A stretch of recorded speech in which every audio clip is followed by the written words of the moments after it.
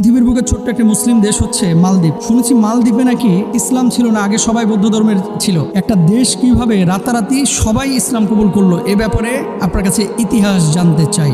Very very important একটা বিষয় যে মালদ্বীপে ইসলাম কিভাবে আসলো। খুব ছোট দেশ, জনসংখ্যা 3,92,473 জন মাত্র। আচ্ছা, ইবনে বতুতা মরক্কোর একজন পৃথিবী ভ্রমণকারী, তিনি এই ইতিহাসটি উল্লেখ করেছেন। আসলে ইসলাম প্রবেশ করা শুরু করেছিল মালদ্বীপে 85 হিজরিতে। 85 হিজরিতে মালদ্বীপে ইসলাম প্রবেশ করা শুরু করেছিল খ্রিস্টীয় 7ম শতাব্দীতে তৎকালীন উমাইয়া খলিফা আব্দুল মালিক ইবনে মারওয়ানের আমলে। আপনি বলবেন যে এই সাগরের ভিতরে কিভাবে ইসলাম আসলো? শ্রীলঙ্কা থেকে মালদ্বীপের দূরত্ব 400 কিলোমিটার সাগর পথে। মালদ্বীপের চতুর্দিকে কিন্তু সাগর, মাঝখানে হচ্ছে মালদ্বীপ। এই সুন্দর একটা রাষ্ট্র যেখানে মানুষ হানিমুনে যায় এখন আনন্দ ফুর্তি করতে শুধু, তাই না? এই মালদ্বীপে ইসলামটা কিভাবে এসেছিল?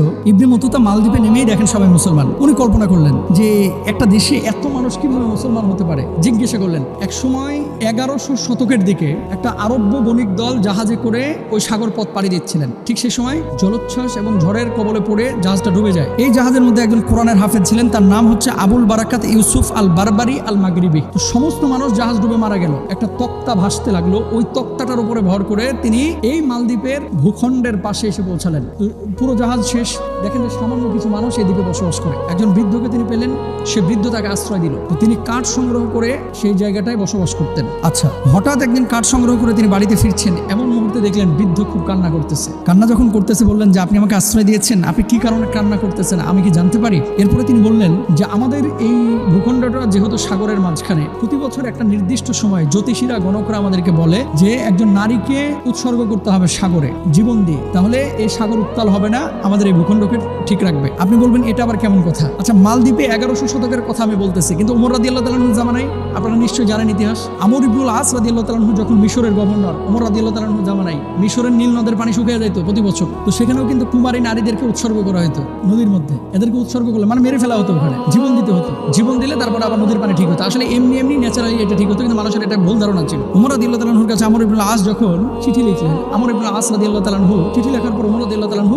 মিশরের নীল নদকে আদেশ করেছিলেন, ও নীল নদ, যদি তুমি আল্লাহর আদেশে প্রবাহিত হয়ে থাকো তাহলে আমি খলিফা ওমর আদেশ করতেছি মানুষের কল্যাণে তুমি প্রবাহিত হয়ে যাও। আর যদি তুমি নিজেই তোমার গতি, তোমার ধারাবাহিকতা, তোমার জলোচ্ছ্বাস, তোমার ঢেউ যদি নিয়ন্ত্রণ করে থাকো তাহলে তোমার ইচ্ছা তুমি বাস্তবায়ন করো। তা আল্লাহর আদেশে যেহেতু নীল নদ প্রবাহিত হয়, যে চিঠিটা ওমর রাদিয়াল্লাহু তাআলা আনহু লিখেছিলেন, আমর ইবনে আস রাদিয়াল্লাহু তাআলা আনহু ওই চিঠিটা নীল নদের মধ্যে নিক্ষেপ করলেন। নিক্ষেপ করার সঙ্গে সঙ্গে নীল নদের সমস্ত পানি জোয়ার এসে গেল।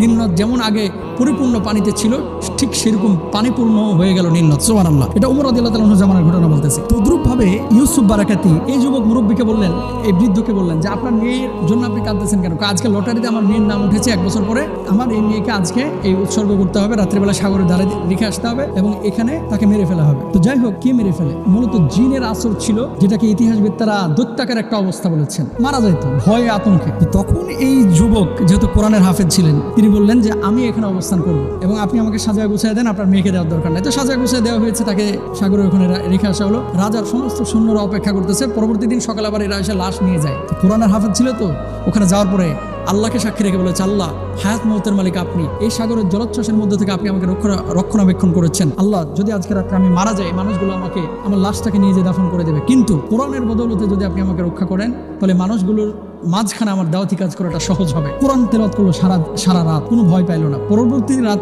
সকালবেলা এসে দেখে যে এই যুবক মারা যায়নি। সব অবাক হলেন, কি এমন পাওয়ার তুমি এখানে অ্যাপ্লাই করেছো যার কারণে তুমি নিহত হও নাই বা মারা যাও নাই? একটাই পাওয়ার, কোরআনের পাওয়ার। বলছে সেটা কোন কোরআন? তখন কিন্তু সবাই মুসলমান হয় নাই, এটা হচ্ছে আল্লাহর বাণী কোরআন। পরবর্তী বছর 1 বছর তখন ইমান আনে নাই সবাই। 1 বছর পরে তিনি আবার বললেন যে আমাকে পরবর্তী রাতেও রাখা হোক, আমি এখানে থাকতে পারবো। মানুষজন বলল যে আজকে যদি তুমি জীবিত হয়ে যাও তাহলে জানবো যে তোমার কোরআন সত্য। সত্যিকার অর্থে তিনি সেদিনও বেঁচে গেলেন কোরআনুল কারীমের বদৌলতে। রাজা তখন কে ছিল? রাজার নাম হচ্ছে সোনু রাজা। যখন তিনি বললেন যে পরবর্তী বছর তুমি যদি জীবিত থাকো তাহলে আমরা একসাথে সবাই ইসলাম কবুল করবো, 1140 সালের ঘটনা বলতেছি কিন্তু। তো পরবর্তী বছরও যখন তিনি জীবিত থাকলেন, এই সোনু রাজা তখন বললেন যে এর কিতাব মিথ্যা হতে পারে না, এই লোকটা মিথ্যা হতে পারে না। সাথে সাথে এই ভূখণ্ডের পুরো রাষ্ট্রের সবাই একসাথে ইসলাম কবুল করলেন। সুবহানাল্লাহ। এই তখন থেকে মালদ্বীপে মূলত সমগ্র মালদ্বীপে ইসলাম ছড়িয়ে পড়লো এবং এই দেশটা মুসলিম দেশ হয়ে গেল। পৃথিবীতে যতগুলো দেশ আছে এই দেশটা গুরুত্বপূর্ণ একটা দেশ সৌন্দর্যের দিক থেকে, এবং এখানে মুসলিম না হলে নাগরিকত্ব পাওয়া যায় না।